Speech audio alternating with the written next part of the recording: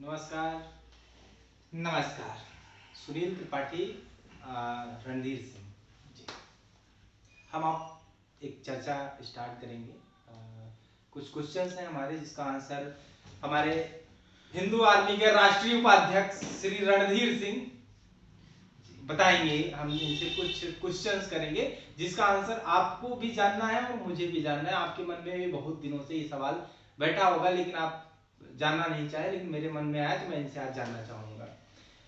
तो रणधीर जी, आपको क्या लगता है कि पिछले 2 दशकों से आपको क्या लगता है कि हिंदू धर्म जो हमारा सनातन धर्म है उस पर किसी तरह का कुछ आघात हो रहा है या इसको खत्म करने की कोशिश की जा रही है? अगर की जा रही है तो कौन कर रहे हैं, ऐसे कौन लोग हमारे और आपके जीवन में चलचित्रों का, किताबों का और सामाजिक जो परिवेश है उसका बहुत बड़ा असर पड़ता है।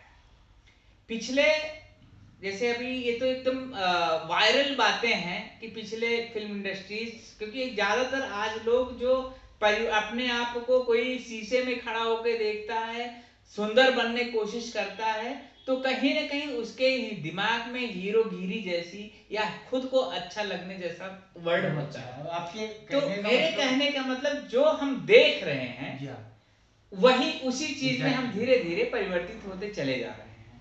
उसके पीछे बहुत सारे ऐसे तथ्य हैं जिनको हमको स्टडी करना चाहिए। कुल मिला के सारांश ये है कि हमारे रणधीर जी का कहने का मतलब ये है कि आज की डेट में हम एज बात करेंगे तो इलेक्ट्रॉनिक मीडिया, चाहे वो आपका धारावाहिक हो, चाहे वो बॉलीवुड की मूवीज हो या फिर आपके न्यूज चैनल्स हो, इनको देख के जो हमारे बच्चे देख रहे हैं, जो हमारा आने वाली पीढ़ी देख रही है, उसको अपनाने की कोशिश करती है, जिसकी वजह से हम अपने अध्यात्म से दूर होते जा रहे हैं। बिल्कुल, ये एक वो आपका आता है। ठीक है, अच्छा नेक्स्ट क्वेश्चन पे हम जाते हैं जी। तो हम एक चीज ये जानना चाहेंगे कि क्या आपको लगता है कि जो शिक्षा हमें अपने बच्चों को देनी चाहिए वो हम अपने बच्चों को नहीं दे पा रहे, एज इंक्लूडिंग मी?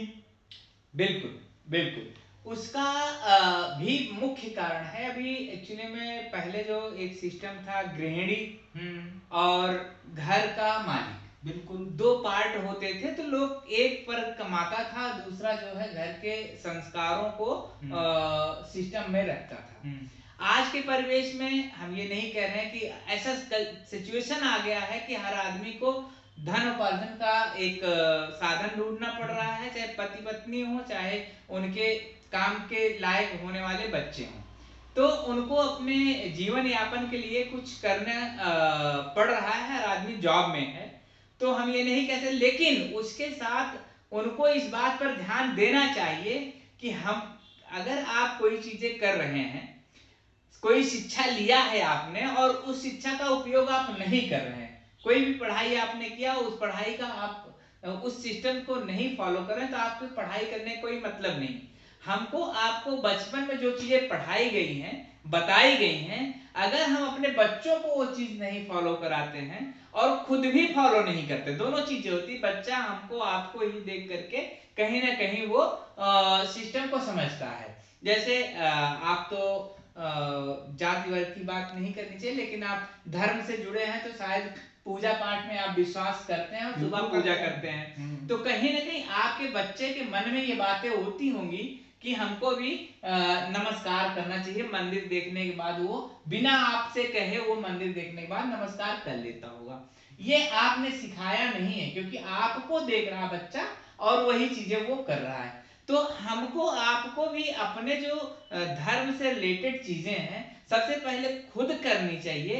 बच्चा देखेगा और अगर नहीं करता, देखने के बाद बहुत लोगों को आपने देखा होगा, ऐसे हमारे बड़े बुजुर्ग होते थे हम लोगों के जमाने में, कि अगर हम लोग घर पर हैं और वो आ गए और हम लोगों ने नमस्कार नहीं किया तो वो डांट कर बोलते थे, पैर नहीं छू सकते हो, खुद ही अपना ही पैर छुलाने के लिए। तो एक वो उनका ये उद्देश्य नहीं था तुम हमारा पैर नहीं छुए, उनका मतलब ये होता था कि आप संस्कार सीखो, हमारा नहीं छू, अगर आप पैर छू सक रहे हो तो दूसरे आने वाले व्यक्ति का भी नहीं छूओगे, तो घर का एक जो नाम है वो खराब होगा, तो उनका लड़का संस्कारी नहीं। ठीक है, आपका कहना ठीक है। अच्छा, हम एक छोटे से अब छोटा छोटा आंसर दीजिएगा, मैं छोटे छोटे क्वेश्चन लाता हूँ, बहुत लंबा नहीं ठीक ठीक। एक छोटा सा अगर हम बात करें आज की डेट में, अगर हम बात करें कि हमारे सनातन धर्म को हमें और आपको फैलाना है, या हमारे सुशील जी हैं, हमारे सुशील जी जो कि हमारे राष्ट्रीय प्रवक्ता हैं, वो ये प्रयास, उनका अथक प्रयास है, बहुत दिन से प्रयास में लगे हुए हैं और वो अलग जगा रहे हैं, लोगों को जगाने में लगे हुए हैं कि जाति कुछ नहीं होता है,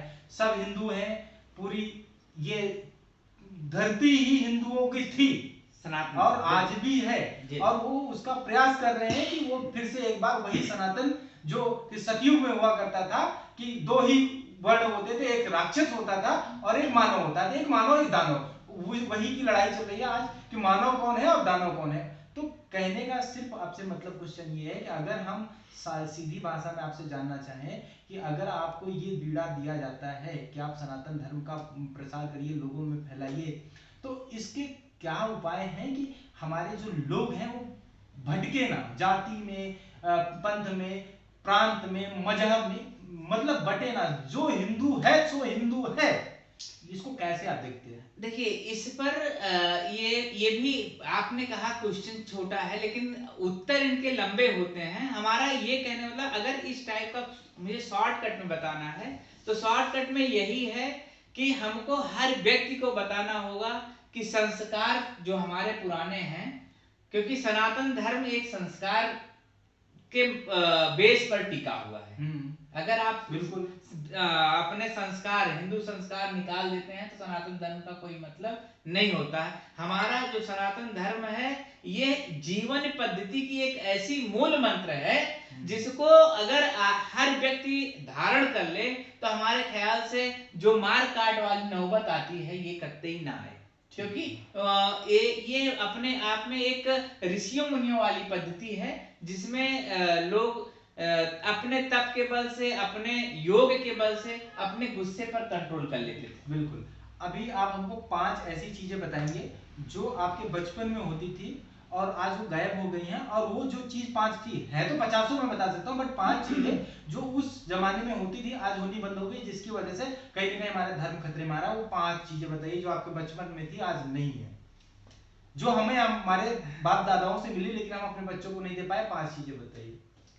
सबसे खास बात जो बचपन में हमको मिला, जब मिट्टी से प्रेम होता है गुड, तो देश से प्रेम अपने आप हो जाता है। बिल्कुल। आज हमारे बच्चे टाइल्स पर खेलते हैं, मार्बल पर खेलते हैं, वो गांव की मिट्टी को भूल चुके हैं, उनको गांव के संस्कार को पता ही नहीं है कि गांव का संस्कार कैसा है। क्योंकि सनातन धर्म कहीं ना कहीं एक ये मैटर करता है इस पर भी कि हम अपने बच्चों को किस परिवेश में रखते हैं, एक परिवेश का मैटर हो गया। दूसरी चीजें एक जॉइंट फैमिली वाला जो मैटर था, बच्चा किसी की भी गलती कर रहा हो उसको ये डर होता था, गांव के किसी व्यक्ति को देख लेता था उसको ये डर होता था कि अब मेरी गलती पकड़ी गई, वो घर के मालिक का इंतजार नहीं करता था, जो कि एक बहुत बड़ा कंट्रोल था कि लोग उससे बदमाश, मतलब घर के बच्चे बदमाश कम हो गए। दो हो गए। तीसरा जो एजुकेशन पद्धति है, आज एजुकेशन तो हायर एजुकेशन ले रहे हैं, लेकिन अभी मैं किसी स्कूल का आपको एग्जांपल दूंगा। किसी स्कूल का मैं राष्ट्रगान सुन रहा था, बच्चे ने राष्ट्रगान किया, मैं नाम नहीं लूंगा क्योंकि संस्था का लोग इंडिविजुअली ले लेते हैं। बच्चे ने राष्ट्रगान किया और भारत माता की जय ने नहीं बोला, तो हमने कहा ऐसा क्यों? तो उन्होंने ये कहा कि सर हमारे स्कूल में राष्ट्रगान तक ही मैटर सीमित रहता, उसके बाद भारत माता की जय नहीं बोला जाता। हमने उनके टीचर से बात किया, उसके टीचर से बात करने के बाद हमको ये वहां से आश्वासन दिया गया कि सर इसको हम अपने यहाँ मैनेजमेंट से हम बात करके आगे के लिए ऐसा कोशिश करेंगे। इस स्कूल का तो नाम ओपन होना चाहिए, ऐसे में तो हम लोग वहां जा सकते हैं। ये तो हमारा मुद्दा है, इसको आप बाद में बताइएगा, हम आपको इसको डिस्क्लोज करेंगे। और अगर आपको विश्वास नहीं होगा तो आप किसी उस स्कूल के किसी बच्चे से आप राष्ट्रगान कराइएगा और आपको आइडिया। तो हमारे मतलब ये है कि हमको जो हमारा कल्चर है उससे कहीं ना कहीं जो हमारा आपने कहा बेसिक क्या है, उससे कहीं ना कहीं हम दूर हो रहे हैं। तीसरी चीज है जो गांव से, मतलब हम तो यही बताएंगे कि गांव से हम लोगों ने बच्चों को दूरी बना दी, खुद दूरी बना लिया भले जीवन यापन के लिए। तो ये एक बहुत बड़ा वो है। बहुत बढ़िया। 5 खूबियां जो आपको आपके राष्ट्रीय प्रवक्ता में नजर आती हैं जी, वो आप बताइए। तो ये आपसे जो जितनी बातें हमारी हुई रणधीर जी, आपने उसका बहुत बेबाकी से जवाब दिया। अब आप हमको सिंपल शब्दों में तो ये बताइए कि आपका जो संगठन है हिंदू आर्मी, उसके प्रमुख उद्देश्य क्या है, और इसी के साथ हम आपसे इजाजत लेंगे। देखिए हिंदू आर्मी का प्रमुख उद्देश्य जो है वो हमारा उद्देश्य है वो हिंदू राष्ट्र बनाने का है। इसमें डरने की बात नहीं है, ये फैक्ट है।